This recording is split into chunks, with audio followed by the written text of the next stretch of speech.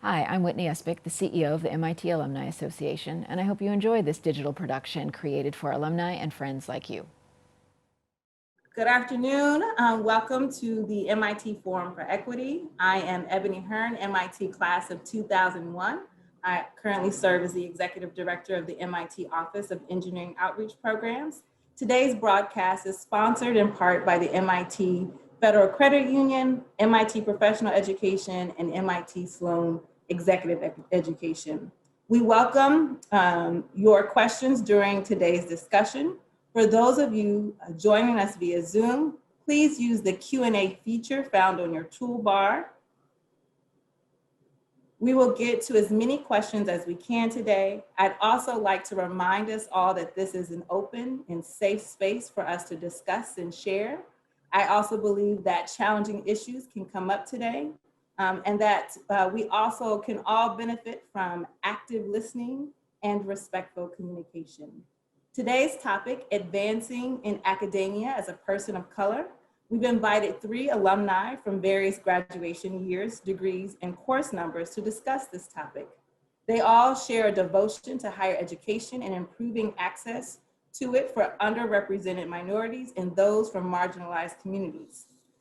We are going to launch into our discussion with a couple of wonderful folks here joining us. So first I want to introduce Professor Luke E.K. Achenie, class of 81, who is a professor of chemical engineering and the prep program co-director at Virginia Tech. We will be joined shortly by Professor Evelynn Hammonds, a master's alum from 1980, who's chair of the Department of the History of Science, the Barbara Gutmann Rosenkrantz Professor of the History of Science and Professor of African and African American Studies at Harvard University. And we also have Professor Richard O'Brien, a PhD alum from the class of 2004, who is director of the John D. O'Brien African American Institute and a lecturer in the Department of Political Science at Northeastern University. Thank you all for joining us this afternoon. And thank you all alums and others who have joined us this afternoon for this spirited discussion. I am going to start us off with a couple of opening questions, and then we really encourage you all to participate by adding your questions to the Q&A. So again, welcome. Panelists, can you start by giving us a brief overview of your journey into academia after leaving MIT? I'd also like to ask you to tell us why you have stayed in academia and what advice you may have for others who want to set off in a similar direction. So, hi, Professor Hammonds, great to see you. So again, tell us a little bit, overview of your journey into academia after MIT, why you stayed, and what advice you have for others who are interested in a similar path. And I'd like to start with Professor O'Brien. All right, make me start. I was looking forward to hear Professor Achenie's. Well, thank you, Ebony, and I'm glad to be here and really looking forward to the discussion. And the thing that I always tell young aspiring academia folks is that your journey in academia starts long before you become a faculty member. When I was at MIT, because I was from the local area, I had quite a few connections at the other universities, and certainly some of the leadership in the area. And even though I was heavily recruited when I left MIT, when Northeastern came calling, it was partially because one of my mentors, Professor Barry Bluestone, personally talked to me about coming to Northeastern. And moreover, it's not an accident that the name of the African American Institute has the same last name as mine, the John D. O'Brien African American Institute. It happens to be named after my dad. And so when I chose Northeastern, it was professional considerations, but it was also some personal considerations. And when I first started at Northeastern, I was tenure track in the faculty at the political science department. And The first couple of years was um, it was a lot of fun being a young faculty person, and then the department I was in, I had a whole lot of full-time professors and older faculty members. But the most important thing was in addition to having Professor Barry Bluestone as a mentor and Professor Moretto and several other faculty that I connected with, and it really helped me to get a good start in going at Northeastern. And so I won't go into more of my longer journey so that my other colleagues on the panel can speak as well. But the most important thing that I saw in starting out my career was really having good mentorship.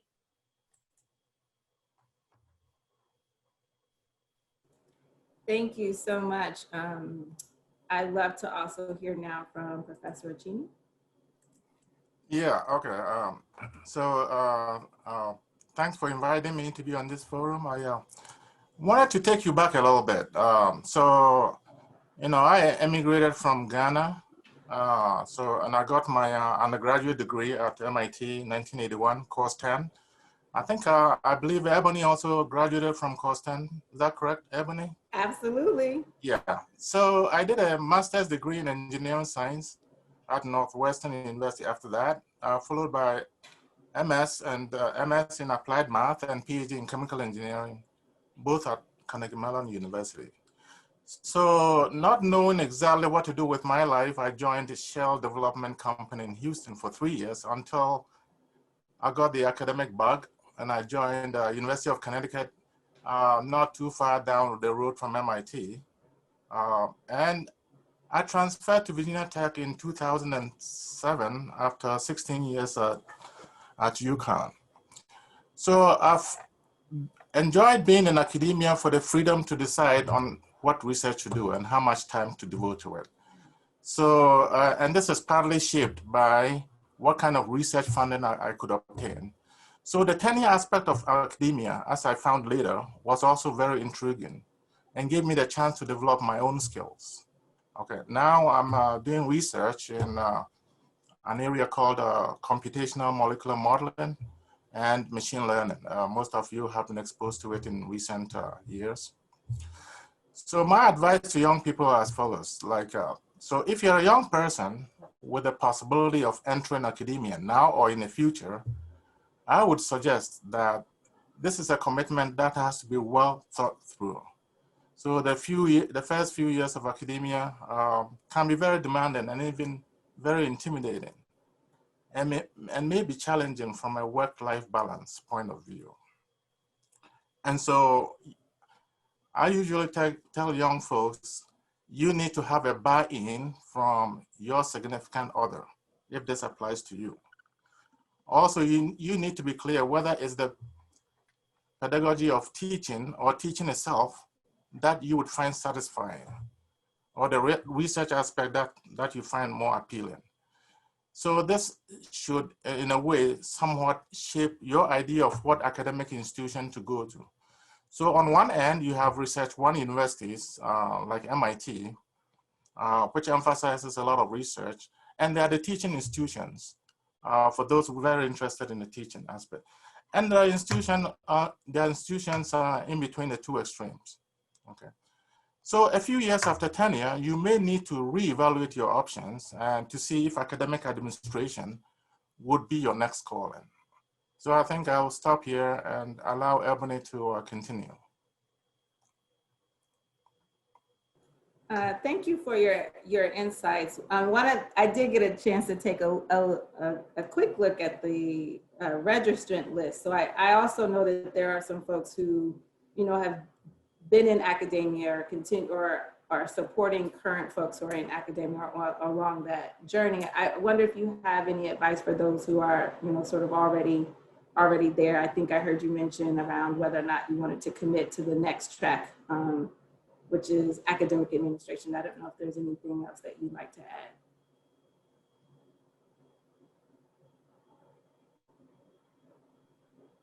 Is that me or Professor Achenie? Either actually, either of you. Oh, okay. Richard, Dr. Brian, would you like to give that a try first? No, go ahead, go ahead. I defer to you, Professor Achenie, Okay. because I was actually So, enjoying your history. okay. So, Ebony, so what you're saying is, if I understood you correctly, other than academic administration, what are other avenues are open to you? Was that a question? Yes. So I'm assuming that you still want to stay within academia. If that's the correct assumption, then, I mean, one of the good things about tenure is you have some time to open up a small business. In fact, I know a lot of colleagues who have small businesses, and they fund those small businesses with the Small Business Innovations Program. Okay, SBIR. That is true. NSF, NIH, DOE, several federal agencies provide you with that possibility. So you can run your own business on the side. I've seen people run businesses with their PhD students who graduated from their programs. So that's one possibility, the business aspect. Other than that, I'm not sure what else. Unless you want to transfer out of academia, then that opens up other possibilities. Yeah, but academia gives you a lot of a lot of room to grow in all kinds of ways. Yeah. Excellent. Thank you. Professor Hammonds, so thanks for joining. I don't know if you had an opportunity to hear the questions, Yes, but if so, go for it. So, my own journey, I came to MIT to earn a PhD in physics. And it was during my time in the doctoral program that I really came to terms with whether or not I wanted to do research in physics, or if I really wanted to understand why there were so few African Americans, Latinos, and other people of color in physics, and especially women of color. And that the questions that went along with that for me came out of looking around MIT at the time I was there, and I couldn't figure out where are all the people of color? What's happening here? What is it about doing science and engineering at a Research One university like MIT? Why are so few African Americans in particular are doing this work? And as my advisor said at the time, those are not physics questions. Those are other kinds of questions, but they were very important questions to me. And so I finished my master's degree, and then I worked as a software engineer for a few years trying to figure out the next step. And I came into the history of science, and I earned my PhD in history of science at Harvard. And I think one of the things that most people, and certainly young folks, don't quite understand. So what is an academic life really like? And I think one of the most important things that people need to remember, it's a life where you actually get to choose the work that you want to do. You're not bound by, as you might be in a company, by what that company's product research is based on. And I worked in small startup companies. I worked at Digital Equipment Corporation, a very large computer company. And I found that in those places, the fact that I couldn't direct my own research and ask the questions that I wanted to ask that were meaningful to me was part of the reason I returned to academia. And I found that I could focus in on my own work. I had teaching responsibilities, and I wanted to be a good teacher, so you focus on honing your skills as a teacher. But I think the other part of the life of an academic is what a lot of students and a lot of young folks don't recognize. You get to direct your own work. And really in the summertime, for example, you get to travel and work with colleagues around the world. And when I started out, there would be international meetings every summer. This past summer was a break, of course, but my plan was to be in Prague and be in Brussels at some international meetings, looking at in history of science and sociology of science, looking at some of the historical issues related to, race and science. And I don't have to pay for those trips. That's what people don't understand. Those trips are part of my work, so they're paid for. So I get to travel all over the world, typically in the summer times, often during the academic term as well, where I'm engaged in an international community of scholars. That's a very special aspect of academic life that I think people need to know. I agree with Luke about one has to pay attention to some issues related to work-life balance. I have a family as well. But my 17-year-old son would have been traveling with me this summer. And whereas, you know, he doesn't have a mother who's extremely wealthy, but he does get to travel all over the world all the time. And that is an important gift that I'm able to give him. And he really enjoys it. So it's a life where you actually, as I said, get to direct your own work and really put a stake in the ground on the things that you're most passionate about and that you want the next generation to truly understand. And I think the last part in this step is what you do after tenure if you want to go into academic administration, which I did. And I find academic administration to be about helping the institution solve sets of problems that need to be addressed that in a way only academic institutions can come to terms with.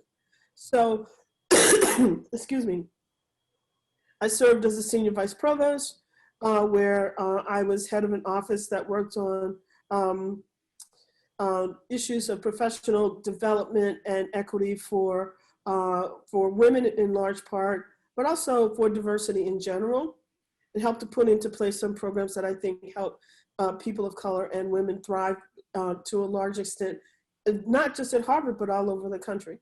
And then serving as dean of a college to begin to help an institution that's very old come to terms again with issues of diversity and making it a more welcoming place for diverse students, the most diverse group of students in the history of Harvard College. But now, as the chair of the department, I get to think about what's the next generation of students who want to study the history of science and medicine and technology. What kind of questions do they want to ask? How can we best support them in being a good mentor to them?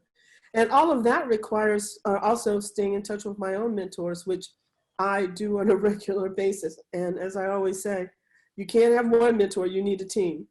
And you have to have a team behind you through all of these different aspects of the journey.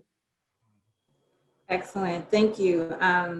There has been a question to come in. I'm gonna, because I think it kind of connects to this, and wanted to know if any of you have had colleagues who spent many years in industry, may have gone into retirement and are actually interested in now joining the academy as a professor. And if so, what advice might you share with folks who are interested in pursuing that particular path? Yeah, I can start. So yeah, it's something, it's a phenomenon that we've seen in the last maybe 10, 20 years or so, where people go into industry, retire, and then become what we call professor of practice. All right. So volunteering, in that case, no salary, but most of them are salaried. And let me give you an example. There was, even within my own department, there was this professor. He was in another university, a nearby university, and he retired, came to Virginia Tech as a professor of practice, and then he spent almost 30 years here. Can you imagine anybody spending 30 years after retirement still working? Okay, I couldn't imagine it, but he did it, and he was, he recently retired from our department. He was one of the best teachers. So yes, there's a path to that. And then you just have to apply. I mean, there are ads out for professors of practice that are out there. So you can apply for that. What do you need to apply for such positions? Just the experience and devotion to teaching or helping out with research. Of course, that assumes that you're gonna have time to do that. And also you have to enjoy it. I mean, it's, I think by and large, people who opt for that kind of work obviously enjoy it. Otherwise they wouldn't do it.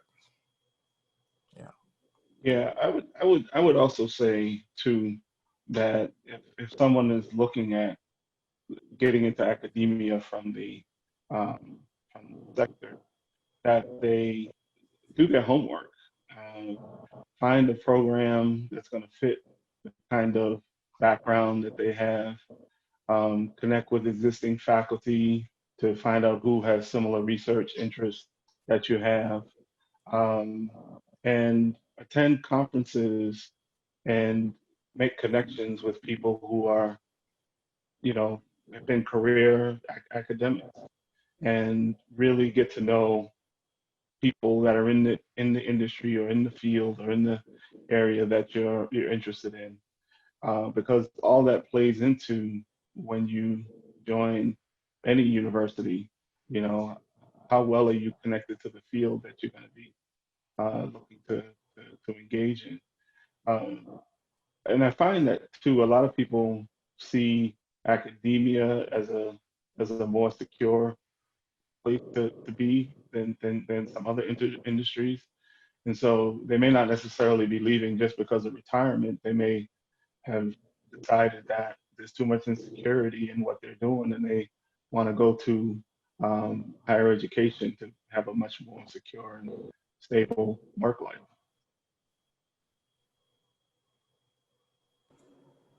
Excellent. Anything to add to that, Professor Hammonds? Does that cover it all?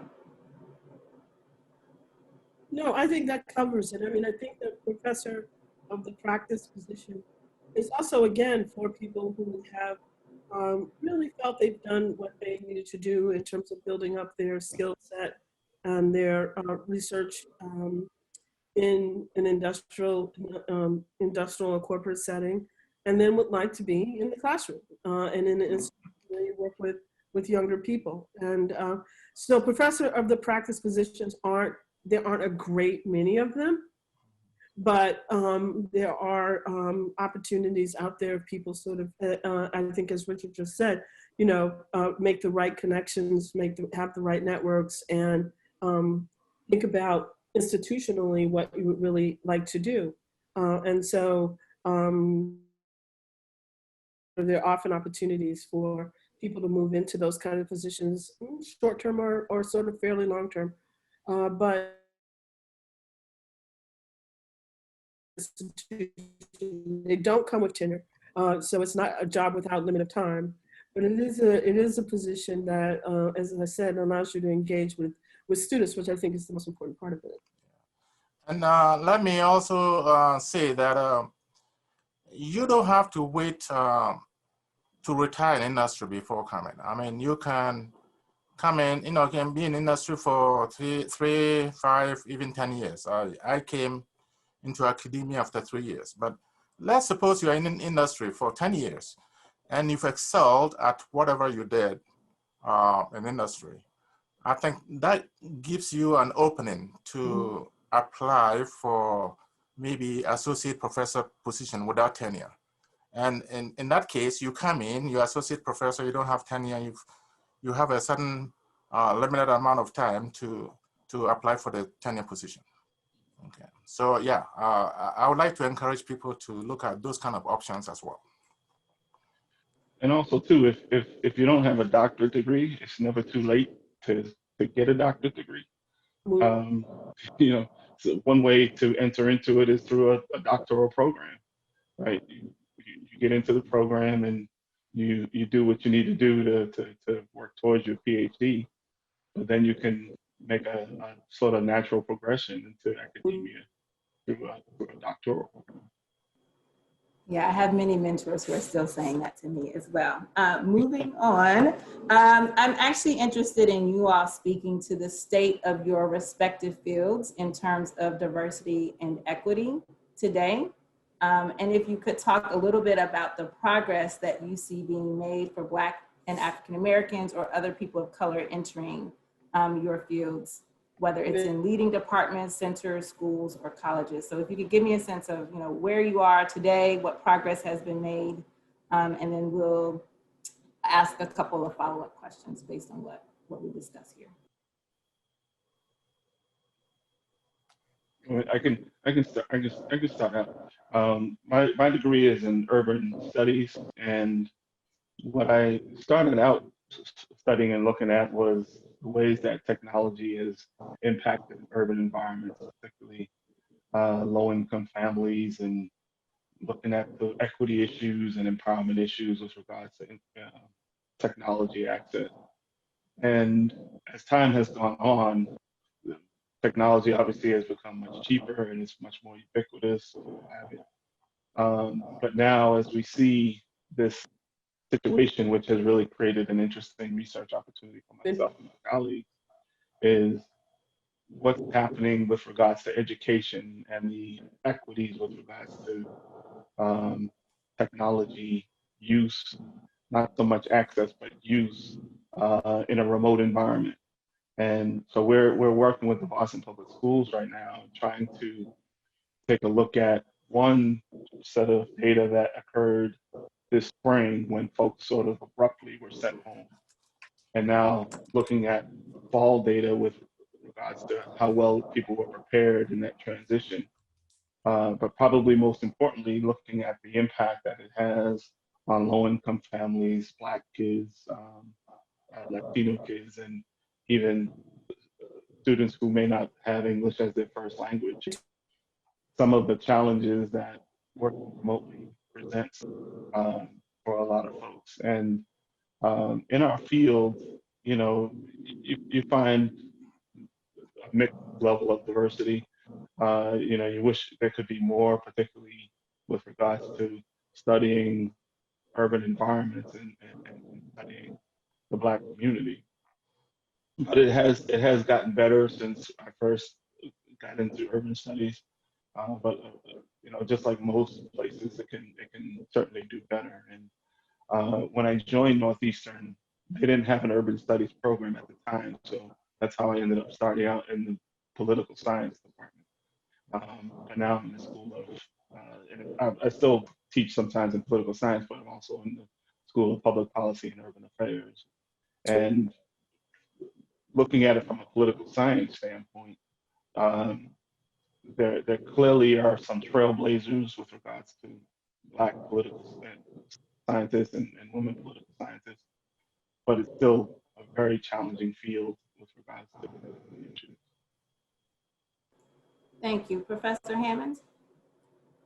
Well, I think the issues of diversity remain extremely complicated. As I said earlier, one of the reasons I started studying the history of science was to understand the participation of African Americans and other people of color in US science. It's been an uneven journey. It's been, some fields have made a great deal of progress. Other fields have made very little progress.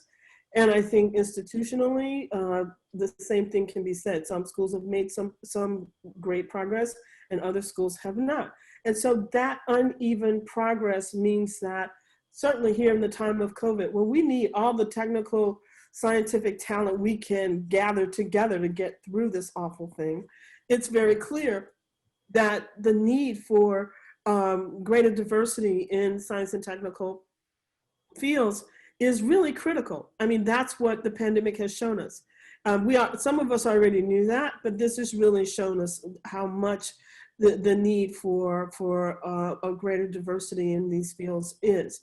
You know, there's hundreds of programs that have been started over the years since the 1970s, lots of money thrown into these programs, both from governmental agencies, from philanthropies, from institutions. But I think one of the biggest things that have been missing has been coherent, systematic institutional policies where we keep working at it until we start producing more than just a trickle of people of color in these fields every year. It is so, because if we keep doing what we're doing, it's been, the numbers of African Americans, say, across many of the sciences right now has been flat for over 20 something years. In some fields, it's still, the numbers are as small as they were when I was a graduate student, which makes no sense. So I think it's a question of quite serious urgency.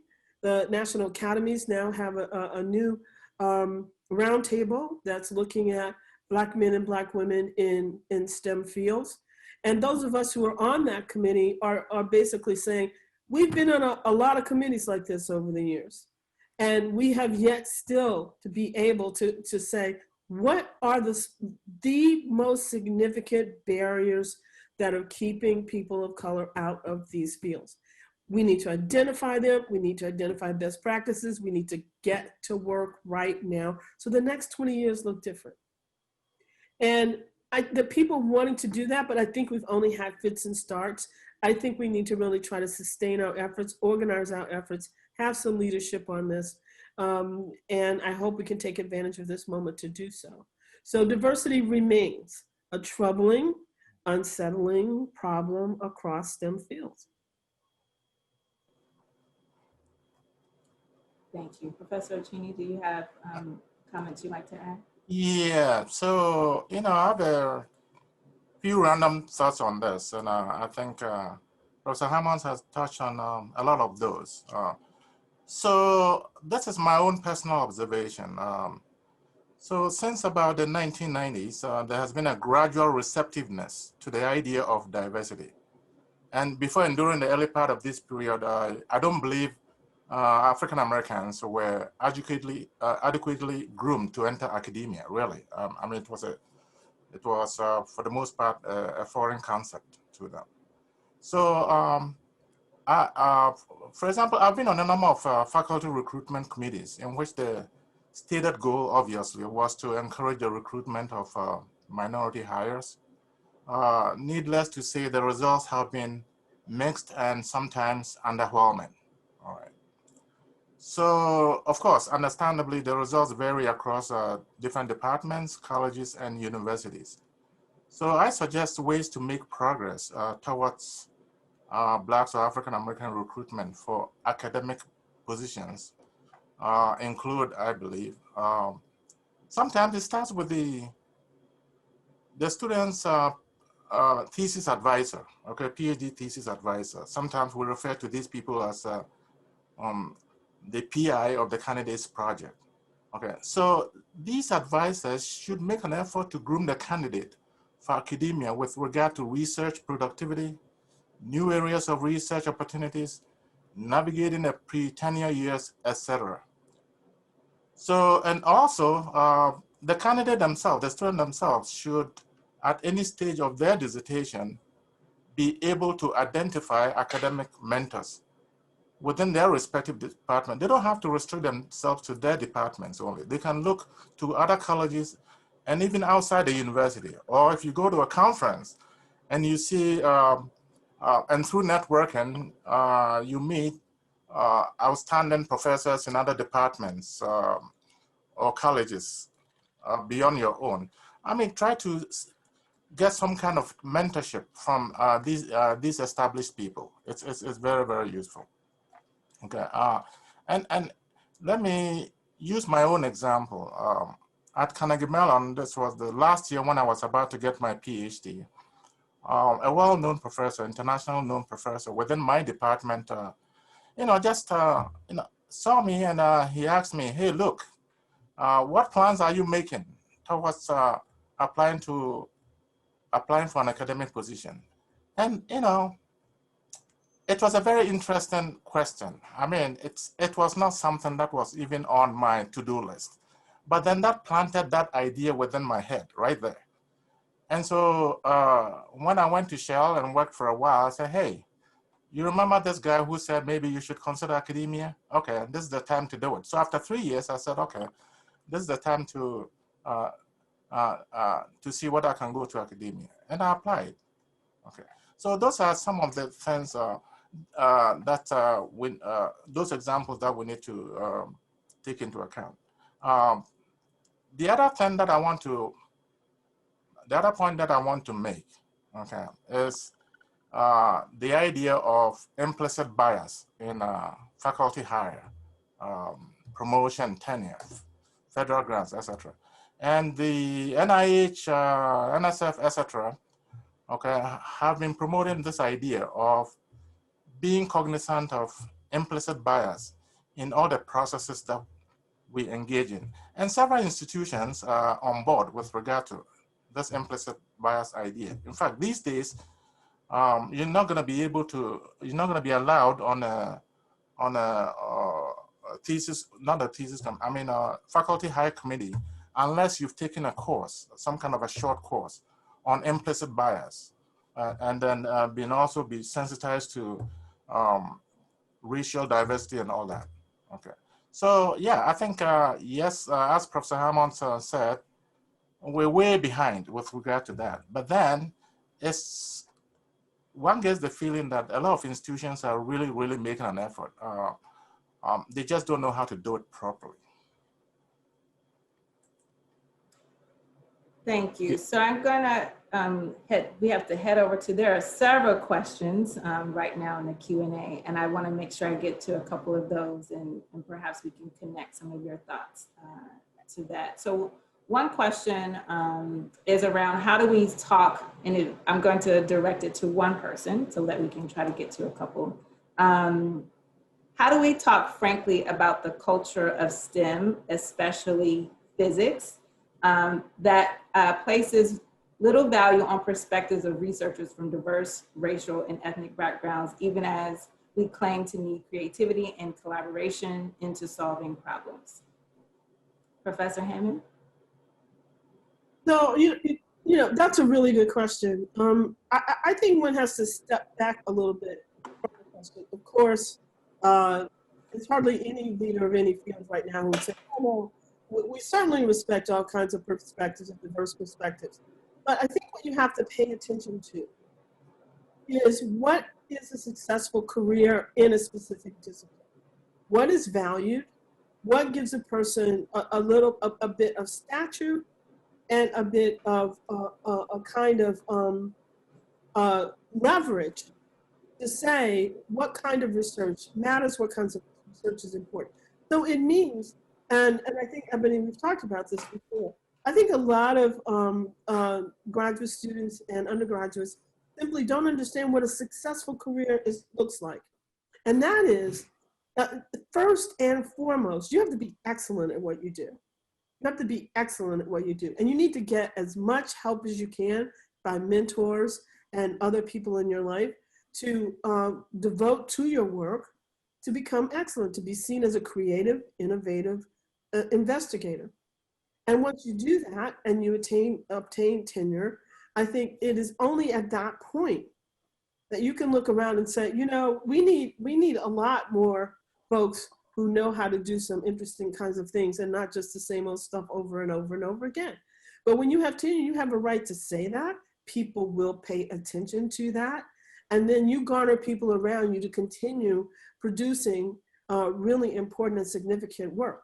That doesn't mean it's always going to make you successful, but these are sort of the critical factors here. And I think for a lot of us in our respective fields, and particularly like something like physics, it's really difficult to sort of maintain one's creativity when you feel like you've been blocked in a lot of ways by particular challenges and by people who have been concerned about, who are interested in having diverse voices.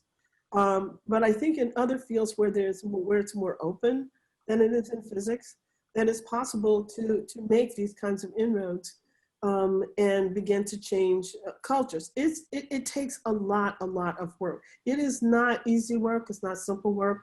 But it is really fundamentally based on being clear about the kind of innovation that you want to bring to it. You have to work hard at identifying that and bring your skill set to that.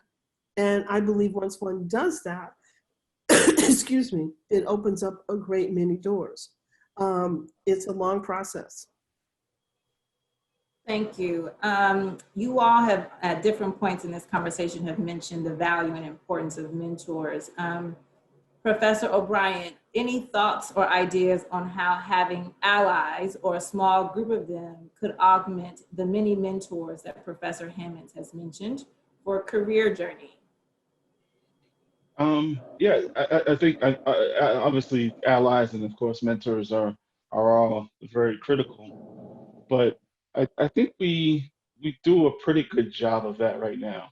I think the challenge we have is that institutions have to be held accountable to making sure that this stuff is institutional and not relegated to a particular department or a particular program, that the responsibility belongs to everybody across the university, and build into that structure. Like I believe Harvard had a tenure process where if anybody was put up for tenure from a department, that they were required to either have a woman or a person of color in the pool of candidates that were being put up for tenure. And when you have that kind of accountability, then you are sure that the progress is going to be made simply because people know that they have to do it. But if people are not made to realize that it's a requirement, that it's a mandatory, that it's something the institution is behind, they may talk about it for a little while. Like what concerns me about what's happening now, it feels like there's a lot of conversation going on about these issues, but it could easily slowly fade and die out if nobody makes the commitment from an institutional standpoint to make sure that these things don't begin to fall by the wayside. You know, the effort in having an undergraduate degree in engineering, I know how challenging engineering work is, and it has to start at a very early age, right? We're working with high schoolers on down, and one of the beautiful online tools is Khan Academy that my son uses and a lot of schools use. But if you don't have access to those kind of tools very early on to make you love and appreciate math and science and physics and all those kinds of things, you can't wake up one day when you're 19, 20, 21 years old, decide that you want to be a mathematician or a physicist. You could probably try and catch up, but a lot of it happens at very early age of a love and appreciation. So I know that sort of went in a bunch of different directions, but I think that the allies and mentors is critical, and I think we do a pretty good job of that. But it really is about making sure that the institutions make that commitment as well.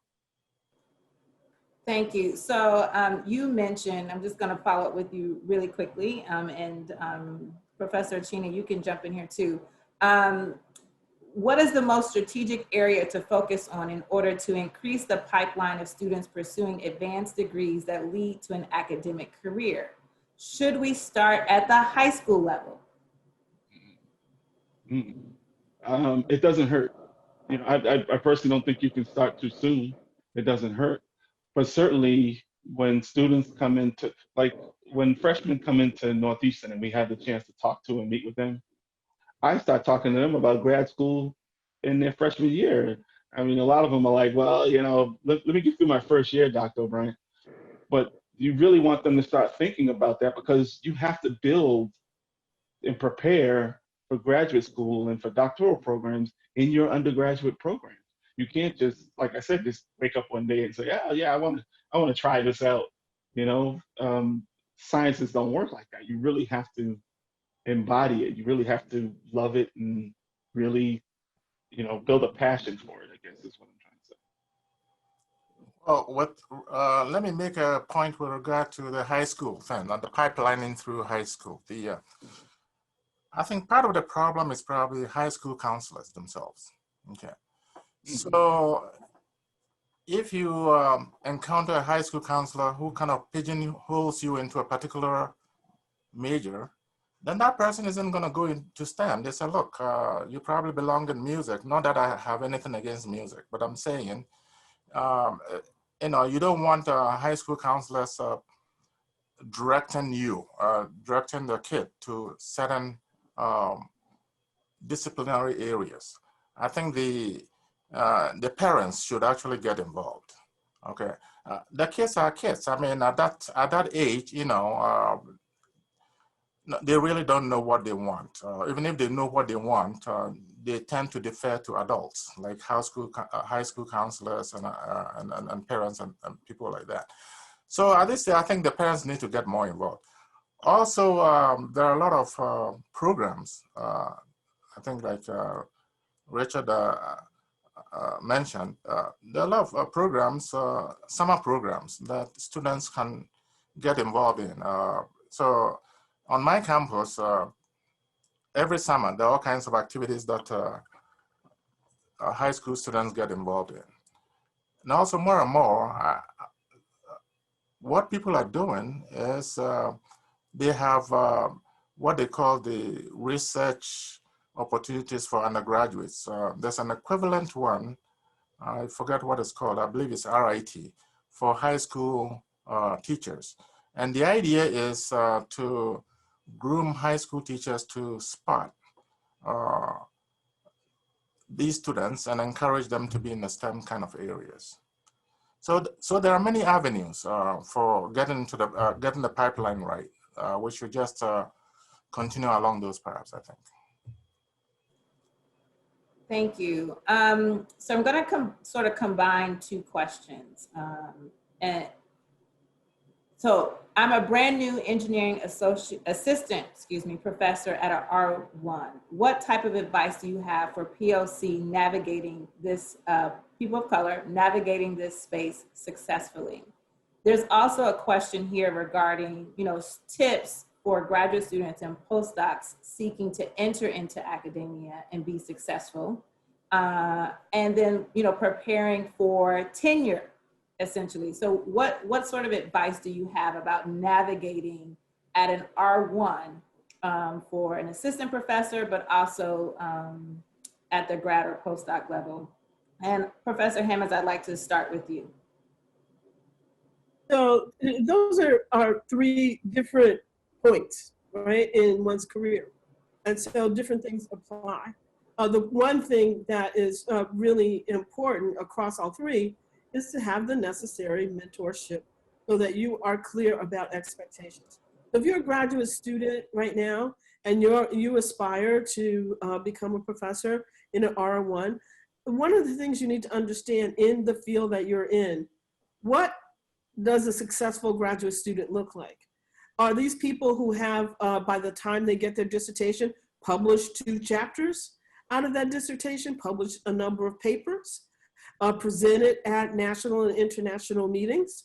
All those, if those are the things that are criteria in your field, those are the things, those are the expectations you have to hit when you finish. So that when you go on the job market as a graduate student, going on to, after you complete your dissertation and try to get into an entry-level job or the best postdoctoral position, that you will have hit those points. If you sat and said, well, as a graduate student, you say, well, all I have to do is get my dissertation done and I don't really have to do these other things, that's a mistake. Because in some fields, that is what the ideal best candidate looks like. They've published already by the time they finish their dissertation. They've presented the work to international meetings. They have a plan for the next set of work that they are planning to engage with. They are very clear about what things are important to them and what their research projects are. Postdocs the same way. You've been working for a few years on a specific set of projects. Where in the field do you want to go? And you need to be clear about that. And what is it going to take for you to get there? How many more papers do you have to have published? Where do they have to be published? They have to be in high impact journals. They can't just be in any journal. What are the high impact journals in your field? And then again, what are the kinds of decisions you have to make in terms of getting into the best, getting yourself ready for the best next step? And then for tenure, you have to be absolutely clear about your institution's requirements for tenure. You must know what they are. You can't assume that it's just, well, if I get my stuff published or if I do 2 papers a year, then I'm okay. You don't make assumptions about it. You have to know for sure what the things that you need to have ready in 5 to 6 years and what they're going to ask you about. They're going to ask you about your teaching, your service, and your intellectual output. And you need to be in conversation with people in your department, outside of your department, in your field, and you have to know what else, other things you have to do besides a certain set of boxes that you have to check off. Because if you don't check off all those boxes, it's not gonna go well. And that's just the fact. So at every step, you have to know what the expectations are to be the most successful and position yourself for the next step. And that's not hard to do, but a lot of people assume that if they're just, if I just pay attention to what I'm doing in my lane, I'm fine. And that's where a lot of people get into trouble, because you haven't published. So somebody look at your record and say, gosh, you've been here 4 years, you published one paper? What's that about? Right? When the best person, when the person perceived as the top person in the young person in the field at your same level has produced 5 papers. Okay, so you need to understand what those benchmarks are in every single step. And you need to have honest mentors who say, you published 1 paper this year, that just wasn't enough. What's happening? You got to get more out next year, and you got to get it out in better journals. And what can we do to help you do that?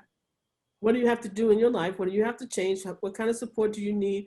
And you need to rely on honest mentors to tell you the truth. If you have a mentor who says, oh, 1 paper, that's pretty good, that's not a good mentor. And I'd also like to add to what Professor Hammond said, but I also want to make sure that I get to Carolyn's question about the implicit bias stuff. But you also have to recognize that, particularly tenure, but all of these processes are political as well as, you know, merit-based. And so you have to be strategic. So for example, if you're gonna go up for tenure, it would behoove you to, one, get connected with a faculty person that has served on a tenure review committee or has been a part of the tenure review process, because they'll tell you what happens behind those closed doors, or the stuff that's not written down, that's sort of unofficial. Because and I've seen this happen before, people follow the letter of the law with what's required for tenure, but then something hams them up, usually at the college level or even at the provost level. And it usually has to do something with something missing that somebody never told them they needed to have, or something like that. But the important thing is those relationships with people who have been there and have seen what happens behind those closed doors, that can tell you, okay, just like Professor Hammond said, if you're trying to go for tenure and you ain't got enough publications and you ain't published in the right places, somebody has to tell you, this ain't gonna work. You know, you're setting yourself up for failure if you're gonna go up and you don't have the right type of substantive publication. But moreover, too, you find somebody that can help walk you through that process, right? Publishing is an art, right? You have to develop a good writing style. You have to know what publications are looking for, and there's a lot of back and forth, and it's a lot of patience that you need to have with that process, and you have to do revisions after revisions after revisions after revisions to make sure it gets to where you know it is of the quality that it fits with this particular publication. And read that publication. Find out what that publication has published before. Try to understand the kinds of things that they like and that they really get excited about, and make sure that your stuff fits. And if it doesn't fit, find a publication that fits your stuff. Don't submit to a publication where it's clearly not fitting with what that publication is all about.